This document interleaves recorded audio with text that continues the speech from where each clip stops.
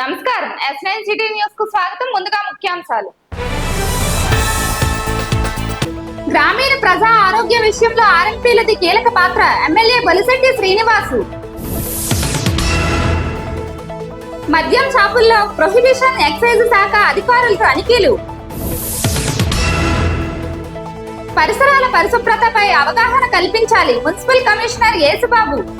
పశ్చిమ గోదావరి జిల్లా చిన్నతాడేపల్లి ఇంకుల్ కళ్యాణ మండపంలో పిఎంపి ఆర్ఎంపి అసోసియేషన్ ఆత్మీయ సమావేశం నిర్వహించారు.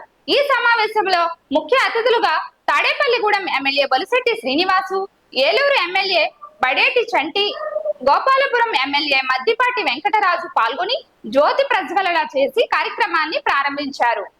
గ్రామీణ ప్రాంత ప్రజలకు ఆర్ఎంపీలు పిఎంపీలు దైవ సమానులని ఎమ్మెల్యే బొలిశెట్టి శ్రీనివాస్ పేర్కొన్నారు. దేశంలో ఉన్న జనాభాకి డాక్టర్లకి పొంతన లేదని, డాక్టర్లు లేని సమయంలో ఆర్ఎంపీలు పిఎంపీలు కీలక పాత్ర పోషిస్తున్నారని ఆయన తెలిపారు. ఆర్ఎంపీలు ప్రజలు నాడి పట్టుకుని ఏ వ్యాధి ఉన్నది చెప్పగలిగే నైపుణ్యం పొంది ఉన్నారని, వారికి మాత్రమే సాధ్యమని ఆయన వారిని కొనియాడారు. ఈ కార్యక్రమంలో అసోసియేషన్ గౌరవ అధ్యక్షులు జనార్దన్, అసోసియేషన్ సభ్యులు, ఆర్ఎంపీలు పిఎంపీలు, ప్రజాప్రతినిధులు పాల్గొన్నారు.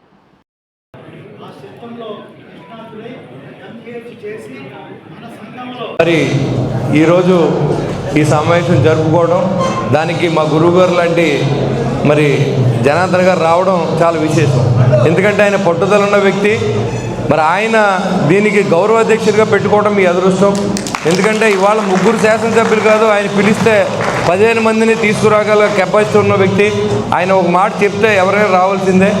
మరి చంద్రబాబు నాయుడు గారికి అత్యంత ఆప్తులు, ప్లస్ తెలుగుదేశం పార్టీ జెండా తప్ప రెండో జెండా వెంక కూడా కన్ను చూడకుండా అలా నిలబడిన వ్యక్తి కాబట్టి ఆయనకు గౌరవం ఉంది పార్టీలో. అదేవిధంగా మీ కోరికల్ని గణమెత్తి ఆయన వినిపించవలసిన అవసరం లేదు, మాకు చెప్పి మీరు అందరూ కూడా ఈ పిఎంపి ఆర్ఎంపి సోదరుల యొక్క దాని గురించి డిస్కస్ చేయాలని కూడా ఆయన చెప్పడం జరిగింది. ఎందుకంటే చాలామందికి తెలీదు, ఈరోజు కూడా మరి ఈ భారతదేశంలో ఉన్న జనాభాకి ఉన్న డాక్టర్లకి సంబంధం లేదు. 1000 మందికి ఒక డాక్టర్ కూడా లేడు. అంటే అలాంటిది మీ ఆర్ఎంపీ పిఎంపీ లేకపోతే ఎప్పుడో చాలామంది ఆరోగ్యం లేక ప్రాణం కాపాడుకోలేక చనిపోయిన సందర్భాలు కూడా ఉంటాయి. అంటే చాలామంది ఫస్ట్ ఎయిడ్ మీరు చేసి పంపితేనే కానీ, ఇవాళ నిజంగా చెప్తాను, ఎవరిని క్రిటిసైజ్ చేద్దాం కాదు, ఒక ఎంబీబీఎస్ ఎండి చదివిన డాక్టర్ కూడా చేయి పట్టుకుని చెప్పలేడు.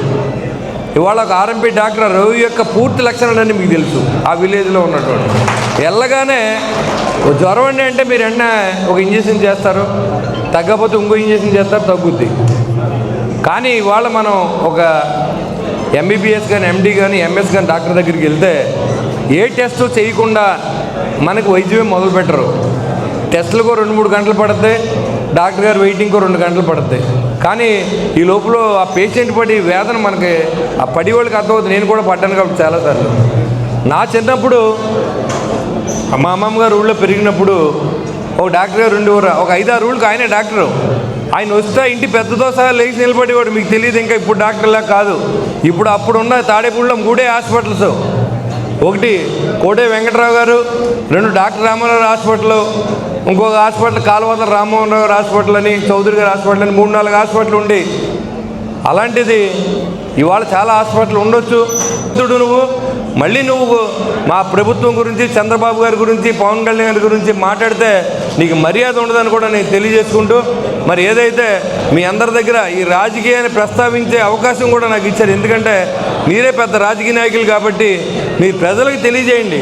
గత 5 సంవత్సరాలు జరిగిన దోపిడీని తెలియజేసి ఇవాళ ఉమ్మడి ప్రభుత్వాన్ని ఆశీర్వదించాలి, కూటమిని ఆశీర్వదించాలని నేను కోరుకుంటూ, ఈరోజు గురుగారు టీటీ జనార్దన్ గారు ఈరోజు ఇక్కడ రావడం, మనందరినీ కలిసి ఇక్కడ ఇంత మంచి మీటింగ్ అరేంజ్ చేయడం, మరి ఆయనకు కూడా నా ధన్యవాదాలు తెలియజేసుకుంటూ, అదేవిధంగా కర్నూలు నుంచి ఒక డాక్టర్ గారు, ఎంబీబీఎస్ డాక్టర్ గారు వచ్చారు ఇక్కడికి. మరి ఆయన ఎంబీబీఎస్ ఎంఎస్ అయ్యిండు కూడా ఇక్కడికి వచ్చి మనతో పార్టిసిపేట్ చేసేంత ఆయన కూడా నేను కృతజ్ఞత తెలియజేసుకుంటూ, మరి ఈ సమావేశం ఇంకా ఎవరైనా డాక్టర్లు ఉంటే వాళ్ళకు కూడా ఎంబీబీఎస్ ఎండి డాక్టర్లు ఉంటే వాడికి కూడా నా ఉదయపూర్వ నమస్కారం తెలియజేసుకుంటూ, మరి అవకాశం ఇచ్చిన మా జనతా డాక్టర్ గారు చెప్పడం మర్చిపోయాను. ఈయన జనతా డాక్టర్ గారు అంటే జనతా డాక్టర్ గారే. అక్కడ ఉండేది ఏంటంటే జనతా గ్యారేజ్ లాంటిది అనమాట. ఇది ఏ ఇబ్బంది ఉన్నా సరే ఈయన దగ్గరికి వెళ్ళి ఏమన్నా ఫ్రీ వైద్యం, ఎలాగూ ప్రజలకి వైద్య సేవలు అందజేస్తున్నారు. మారుతున్న కాలానికి అనుగుణంగా ఏ విధంగానైతే డాక్టర్లు అందరూ కూడా ఎంబీబీఎస్లు కానీ సూపర్ స్పెషాలిటీస్ కానీ అందరూ కూడా ఎట్లయితే అధునాతనమైనటువంటి విధానాలని ఎప్పటికప్పుడు ట్రైనింగ్ క్లాసెస్ పెట్టుకుంటారో అట్లా మీకు కూడా మారుతున్న కొత్త పద్ధతులన్నింటినీ అధ్యయనం చేసే అవకాశం కల్పిస్తే బాగుంటుంది. మీరు ప్రజలకు చేస్తున్న సేవలు ఇంకా మెరుగైన సేవలు అందజేయడానికి అవకాశం ఉంటుంది. ఈ బాధ్యత మనం ప్రభుత్వాన్ని తీసుకోవాల్సిందిగా కోరుతున్నాం. ఇది కొన్ని దశాబ్దాలుగా జరుగుతుంది మీ పోరాటం. కంబైన్డ్ స్టేట్ ఉన్నప్పటి నుంచి ఇప్పటి వరకు కూడా జరుగుతుంది. మొత్తానికి 14-19 మధ్య ఎప్పుడు ఎన్నికలు వచ్చినా రాష్ట్ర కార్యాలయంలో నేను అన్ని అనుబంధ విభాగ ప్రజా కుల మత ప్రజా సంఘాలన్నింటినీ కోఆర్డినేట్ చేస్తుంటాను. ఆ క్రమంలో నాకు 2006 నుంచి మీ వ్యవస్థతో పరిచయం. దూరం దృష్టితో ఆలోచించాలి.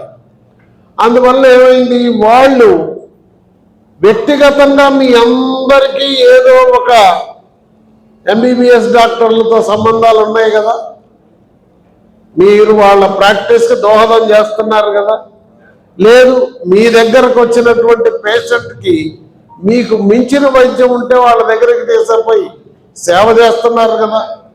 తాడేపల్లిగూడెం మద్యం షాపులపై prohibition and excise assistant commissioner ఆధ్వర్యంలో ఎక్సైజ్ అధికారులు తనిఖీలు నిర్వహించారు.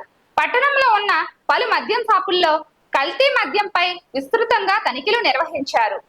అసిస్టెంట్ కమిషనర్ నాగప్రభు కుమార్ మాట్లాడుతూ మద్యం షాపుల్లో కల్తీ మద్యం పట్టుపడితే కఠిన చర్యలు తీసుకుంటామని మద్యం షాపుల యజమానులను హెచ్చరించారు. ప్రతి మద్యం షాపు వద్ద సురక్ష యాప్ డౌన్లోడ్ చేసుకుని ప్రతి బాటిల్ స్కాన్ చేసి విక్రయించాలని తెలిపారు. ఎక్సైజ్ సురక్ష యాప్ తో నకిలీ మద్యాన్ని పూర్తిగా అరికట్టవచ్చని తెలిపారు. తనిఖీల్లో excise CI Swarajyalakshmi, SI Murali సిబ్బంది పాల్గొన్నారు.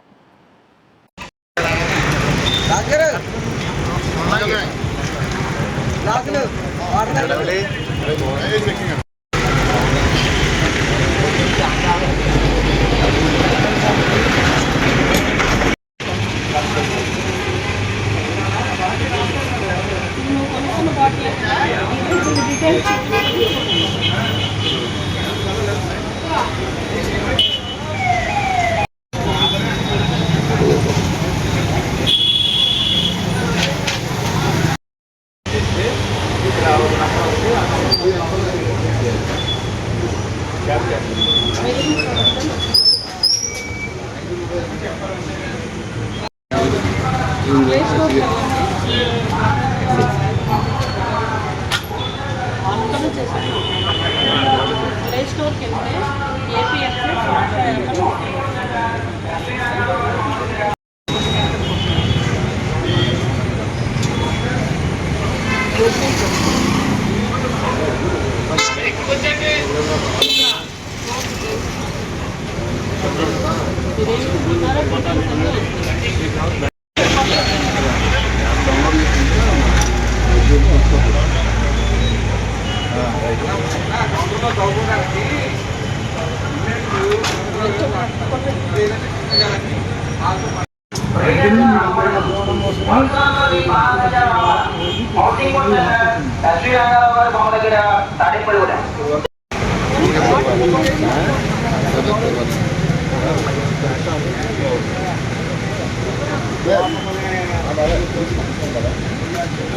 ఆంధ్రప్రదేశ్ రాష్ట్ర ప్రభుత్వం మద్యం షాపుల్లో అమ్మేటువంటి మద్యం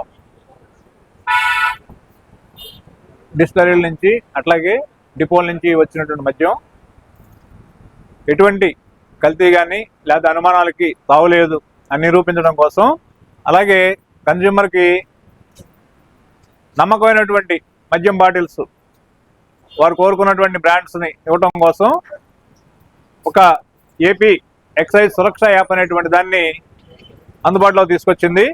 ఇది చాలా సులభం. మనం గూగుల్ ప్లే స్టోర్లోంచి డౌన్లోడ్ చేసుకోవచ్చు.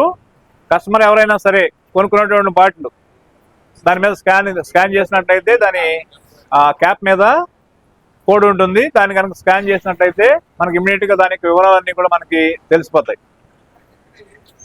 అలా మనకి వివరాలు రాలేదు అంటే అది ప్రభుత్వం సప్లై చేసిన మద్యం కాపోవచ్చు. 100% కూడా ప్రభుత్వం సప్లై చేసినటువంటి మద్యం మీద ఎటువంటి అనుమానాలు లేకుండా కన్జ్యూమర్స్ దాని మీద ఎటువంటి ఇది లేకుండా భయం లేకుండా కన్జ్యూమ్ చేయడానికి, అలాగే కొనుక్కున్నటువంటి మద్యం సరైనది అనేటువంటి నిరూపణ చేసుకోవడం కోసం ఈ యాప్ ఉపయోగపడుతుంది. అలాగే షాపుల్లో అమ్మేటువంటి ప్రతి బాటిల్ కూడా తప్పనిసరిగా షాపు వాళ్ళు కూడా స్కాన్ చేసి అమ్మాలన్నమాట. అటువంటి ఇది దీనిలో పెట్టడం జరిగింది. అయితే బీరుకి వచ్చేటప్పటికి స్కానింగ్ రాదండి. ఇది ఇంకా దానికి ఏర్పాట్లు జరుగుతున్నాయి. ప్రస్తుతానికి ఎనీ లిక్కర్ బాటిల్స్ మీద మాత్రం తప్పనిసరిగా దానిలో మనకి ఏ వివరాలు తెలుస్తాయంటే ఆ బాటిల్ ఎప్పుడు తయారైంది, దాని బ్యాచ్ నెంబర్ ఏంటి, ఏ డిస్ప్లేలో తయారైంది, ఏ షాప్లో అమ్మారు మీకు ఆ షాప్తో సహా పేరుతో సహా మనకి వచ్చేస్తుంది అనమాట. దాని యొక్క ధర కూడా దాని మీదే డిస్ప్లే అవుతుంది. కాబట్టి ఈ యాప్ని అందరికి కూడా వినియోగంలోకి తీసుకొచ్చి దాని ద్వారా ప్రభుత్వం ఇచ్చేటువంటి అనుమానం లేనటువంటి మద్యం అందరూ కూడా అవసరమైన వాళ్ళు మద్యం తాగమని మేము ఎవరికి చెప్పము. కన్జ్యూమర్స్ ఉన్నట్టయితే కనుక వాళ్ళు ఎటువంటి భయం లేకుండా మద్యం బాటిల్స్ కొనుక్కోవాల్సిందిగా కోరుతారు. తాడేపల్లిగూడెం పురపాలక సంఘం ఆధ్వర్యంలో స్వర్ణాంధ్ర స్వచ్ఛాంధ్ర కార్యక్రమాన్ని నిర్వహించారు. ఈ కార్యక్రమంలో ముఖ్య అతిథిగా municipal commissioner Yesubabu, MRO Sunil Kumar పాల్గొన్నారు. పోలీస్ ఐలాండ్ సెంటర్ నుండి యాగర్లపల్లి వరకు సైకిల్ ర్యాలీ నిర్వహించి మానవహారం ఏర్పాటు చేశారు. కాలువ గట్టున మొక్కలను నాటారు. ఈ కార్యక్రమంలో municipal manager Ravi Sudhakar, RI Ashok Kumar, TPO Jagadish, sanitary supervisor Someswararao, anganwadi supervisor Bhavani, సచివాలయ సిబ్బంది పాల్గొన్నారు.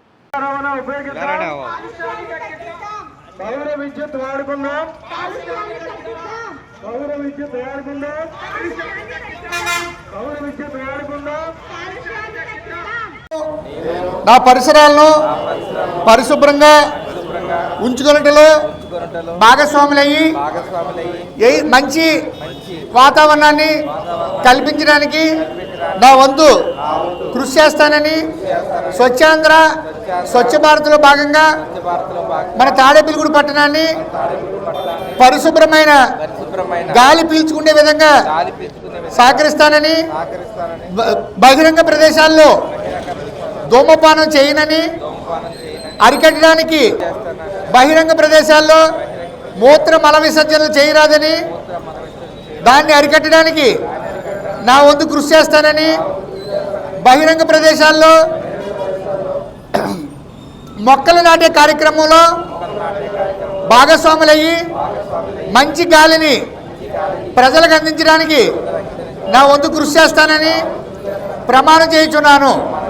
Thank you. నా పరిసరాలను పరిశుభ్రంగా ఉంచుకున్నట్లు భాగస్వాములయ్యి మంచి వాతావరణాన్ని కల్పించడానికి నా వంతు కృషి చేస్తానని, స్వచ్ఛాంధ్ర స్వచ్ఛ భారత్లో భాగంగా మన తాడేపల్లిగూడెం పట్టణాన్ని పరిశుభ్రమైన గాలి పీల్చుకునే విధంగా సహకరిస్తానని, బహిరంగ ప్రదేశాల్లో ధూమపానం చేయనని, కేంద్ర రాష్ట్ర ప్రభుత్వాల ఆదేశాల మేరకు ప్రతి నెల 3వ శనివారం స్వచ్ఛ భారత్, స్వచ్ఛాంధ్ర, స్వచ్ఛ తాడేపల్లిగూడెం అనే కార్యక్రమంలో భాగంగా ఈరోజు ఎయిర్ ఫ్రీ కార్యక్రమం. అంటే గాలిని ఫ్రీగా ఉంచాలి, అంటే మంచి వాతావరణంలో మనం జీవించాలి, మంచి గాలిని పీల్చుకోవాలి, అంటే కార్బన్ డైఆక్సైడ్ని వదిలేసి ఆక్సిజన్ పీల్చుకోవాలనే సంకల్పం ఇది. అంటే దానికి సంబంధించిన ప్రతి ఒక్కరు కూడా మొక్కలు నాటాలి, పర్యావరణాన్ని కాపాడాలి. అలా ప్రతి ఒక్కరు జీవితాన్ని కూడా, అంటే బహిరంగ ప్రదేశాల్లో ధూమపానం కూడా చేయకూడదు. ధూమపానం చేస్తే కూడా ఆరోగ్యానికి హానికరం. అలాగే మల విసర్జన బహిరంగ ప్రదేశాల్లో కూడా మల విసర్జన చేయకూడదు, చేస్తే దానికి కూడా ఆరోగ్యానికి హానికరం. అలాగే ఇప్పుడు పొల్యూషన్, ఎయిర్ పొల్యూషన్ అంటే ఇప్పుడు మనం ట్రాఫిక్కి అంతరాయం లేకుండా ఎయిర్ పొల్యూషన్ అంటే ప్రభుత్వ వాహనాలను వాడండి, అంటే బస్సులో ప్రయాణం మంచిది, ఇతర వాహనాలు తగ్గించండి. అంటే బస్సులో ప్రయాణం మంచిదంటే అందరూ కలిసి ఒకే చోట ఎక్కువ ప్రయాణం జరుగుతుంది కనుక వాహనాలను వినియోగించుకోవాలనేది ఉద్దేశం. అంటే గాలిలో పొల్యూషన్ చేయకుండా, గాలిని పొల్యూషన్ చేయకుండా మంచి గాలిని పీల్చుకున్నప్పుడు మనిషి ఆరోగ్యవంతమైన జీవితం జీవిస్తాడనే ఉద్దేశంతో ఈ కార్యక్రమం చేపట్టడం జరిగింది. ప్లాంటేషన్ కూడా చేస్తాం. అందరూ కూడా ఈ కార్యక్రమంలో భాగస్వాములయ్యి ఈ కార్యక్రమాన్ని జయప్రదం చేయాలని కోరి ప్రార్థిస్తున్నాను. ఈరోజు స్వచ్ఛాంధ్రాలో కార్యక్రమం భాగంగా మరి స్వచ్ఛ ఎయిర్ అనేది తీసుకోవడం జరుగుతుంది. ముఖ్యంగా మరి పొల్యూషన్ తోటే చాలా రకమైనటువంటి అనారోగ్య సమస్యలు వస్తున్నాయి, ముఖ్యంగా క్యాన్సర్ లాంటి సమస్యలు.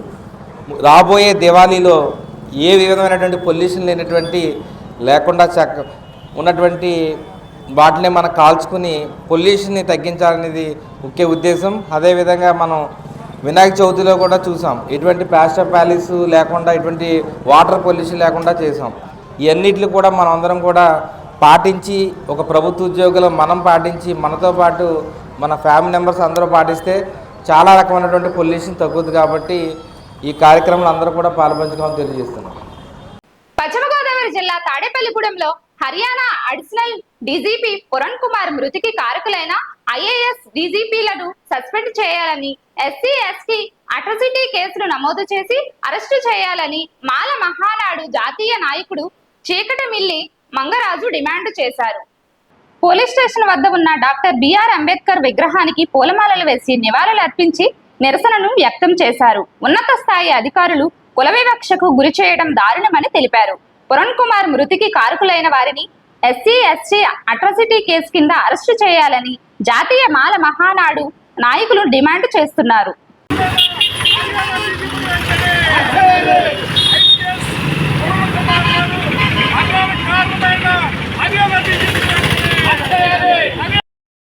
అందరికీ జేపీ. ఈ రోజు పశ్చిమ గోదావరి జిల్లా తాడేపల్లిగూడెం పట్టణంలో డాక్టర్ బిఆర్ అంబేద్కర్ విగ్రహం దగ్గర దళిత ఐక్య వేదిక ఎంఆర్పిఎస్ మాల మహానాడు ఆధ్వర్యంలో ఈరోజు ఇక్కడ మేము విలేకరుల సమావేశం ఎందుకు ఏర్పాటు చేశామంటే, Haryana additional DGP Y Puran Kumar garu చనిపోవడానికి కారకుడైన ఐఏఎస్లు అలాగే డీజీపీని వెంటనే సస్పెండ్ చేయాలని, వారిని ఎస్సీ అట్రాసిటీకి అరెస్ట్ చేయాలని డిమాండ్ చేస్తా ఉన్నాం. ఎందుచేతంటే ఒక ఐపీఎస్ అధికారి అంటే ఎంతో కష్టంతో కూడిన పని. ఆయన తెలంగాణ ప్రాంతానికి చెందిన వ్యక్తి, హైదరాబాద్ వాసి. ఆయన భార్య ఒక ఐఏఎస్. అలాంటి వ్యక్తిని విమర్శ కుల వివక్షకు గురి చేసి ఆయన చనిపోవడానికి కారకుడైనటువంటి డీజీపీ గారిని, హర్యానా డీజీపీని, అలాగనే అక్కడ ఉన్నటువంటి ఐఏఎస్ అందరినీ కూడా కేసులో చేర్చి సస్పెండ్ చేయాలని మేము డిమాండ్ చేస్తా ఉన్నాం. ఏంటంటే కారణం, మేము సామాన్యులుగా ఉన్నాం. మా పరిస్థితి ఏంటి? ఒక ఐపీఎస్ ఐఏఎస్ అధికారులకి అలాంటి అన్యాయం జరిగితే తన భార్య అన్నటువంటి ఐఏఎస్ ఆఫీసర్ ఒక ముఖ్యమంత్రి దగ్గర, హర్యానా ముఖ్యమంత్రి దగ్గర పనిచేసే ఆఫీసర్ కూడా ఆమె కంప్లైంట్ ఇస్తే ఆయన కంప్లైంట్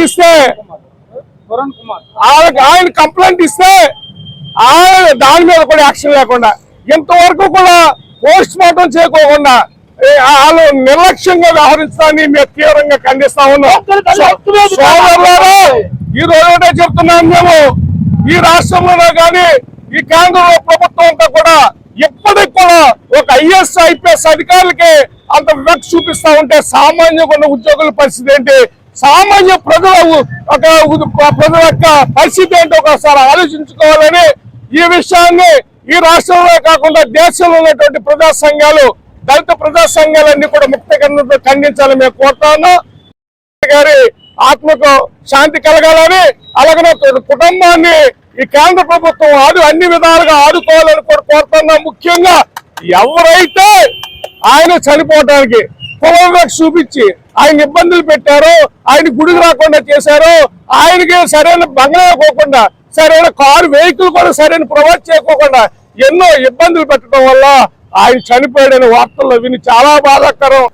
వాళ్ళ కుటుంబాన్ని అన్ని విధాలుగా ఆదుకోవాలని మేము దళిత ప్రజా సంఘాల తరఫున ముక్త ఖండంతో విన్నవిస్తా ఉన్నాం.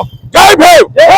పూర్వ విద్యార్థులు తమ పాఠశాలకు సహకరించడం అభినందనీయమని ప్రధానోపాధ్యాయుడు కృష్ణారావు పేర్కొన్నారు. తాడేపల్లిగూడెం కోడ వెంకట్రావు మున్సిపల్ హై స్కూల్ విద్యార్థులకు పూర్వ విద్యార్థి ఇన్కమ్ ట్యాక్స్ కమిషనర్ బండి రామకృష్ణ భోజనం ప్లేట్లను అందజేశారు. మనం చదువుకున్న పాఠశాల మనం అభివృద్ధి చేసుకోవాలని, స్కూల్ ను దత్తత తీసుకుని సౌకర్యాలు కల్పించాలని పూర్వ విద్యార్థి ఇన్కమ్ ట్యాక్స్ కమిషనర్ రామకృష్ణ విద్యార్థులకు పిలుపునిచ్చారు. ఈ సందర్భంగా ప్రధానోపాధ్యాయుడు కృష్ణారావు మాట్లాడుతూ పూర్వ విద్యార్థులు తాము చదువుకున్న స్కూలు అభివృద్ధికి సహకరించడం అభినందనీయమని తెలిపారు.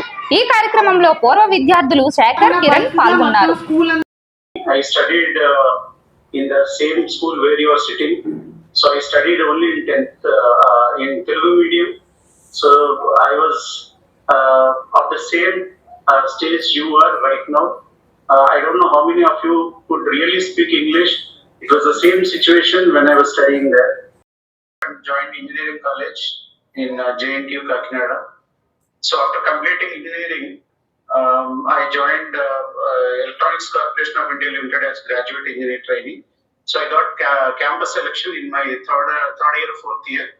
So after working for a year, I decided to appear for civil services.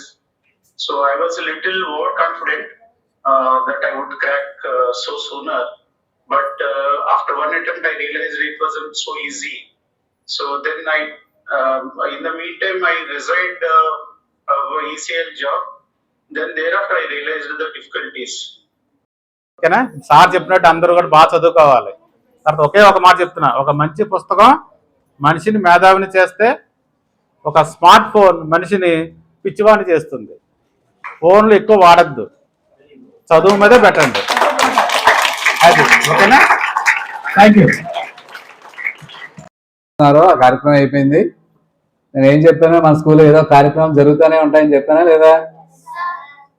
So ప్రతి ఒక్కరికి రాకపోయినా కంటిన్యూగా ఎవరికొకరు గిఫ్ట్లు వస్తున్నాయా?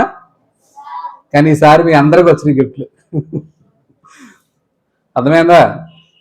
సో మన స్కూల్లో ఎంతమంది పిల్లలు ఉంటే అంతమంది పిల్లలు కూడా మన పాఠశాల పూర్వ విద్యార్థి శ్రీ బండి రామకృష్ణ గారు, IRS ఇండియన్ రెవెన్యూ సర్వీస్, ఆయన మన మేడం అరుణ మేడం అలాగే వాళ్ళ క్లాస్మేట్స్ అందరూ వచ్చారు. ఇక్కడే ఇదే స్కూల్లో చదువుకొని భారతదేశంలో అత్యున్నత స్థాయి ర్యాంకులో ఉన్నారు ఆయన.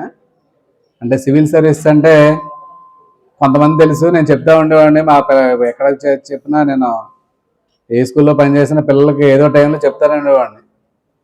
సో ఇండియాలో హైయెస్ట్ పొజిషన్ ఏదైతే ఉందంటే అది సివిల్ సర్వీసెస్.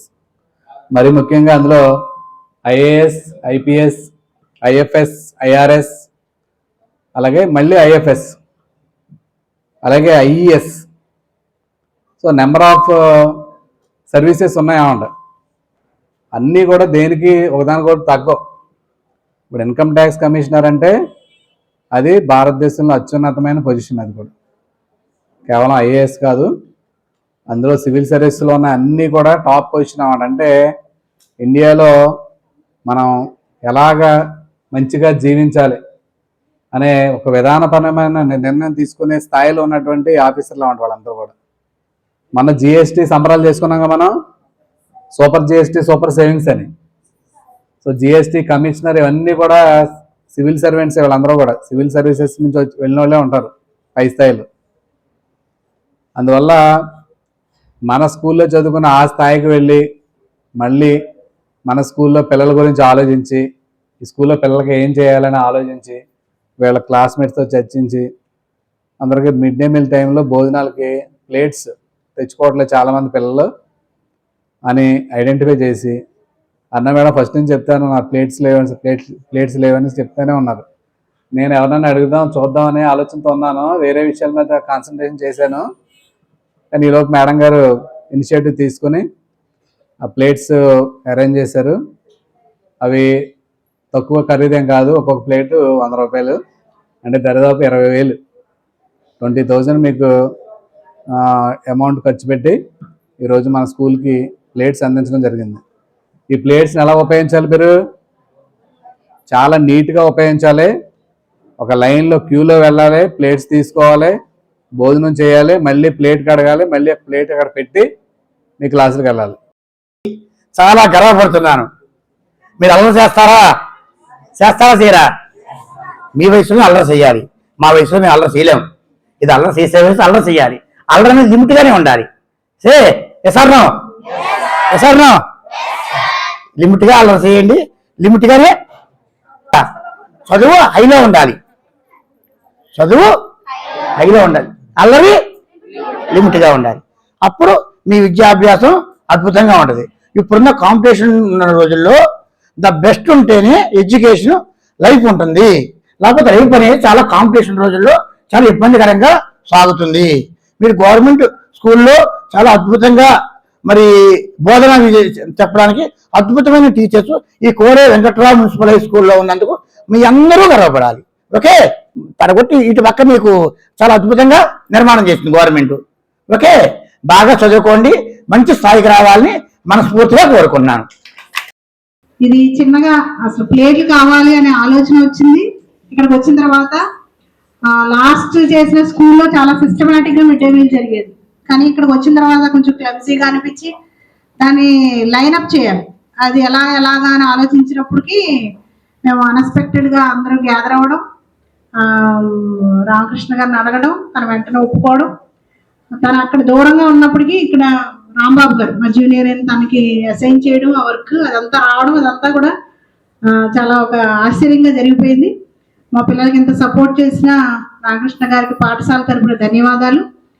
ఈ వార్తలు ఇంతటితో సమాప్తం. తిరిగి మరలా రేపు కలుసుకుందాం.